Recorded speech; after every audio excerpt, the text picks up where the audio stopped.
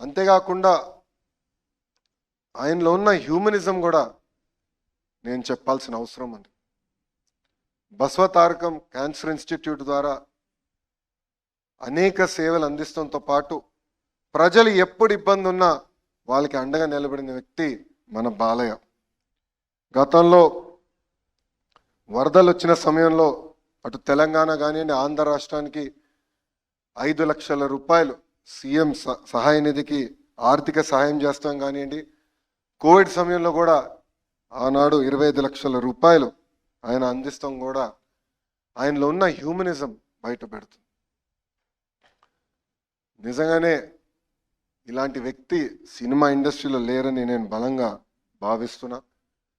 బాలేబాబు అనే వ్యక్తి truly unstoppable. అందుకే ఈరోజు world book of records UK ఏకంగా 50 సంవత్సరాలు ఒక లీడ్ యాక్టర్గా యాక్ట్ చేసిన ఏకైక మన బాలయ్యకి అవార్డు ఇస్తాం. ఒక తెలుగు జాతికి, తెలుగు ఇండస్ట్రీకి గర్వకారణమని ఈ సభాముఖంగా మీ అందరు తెలుపుకుంటూ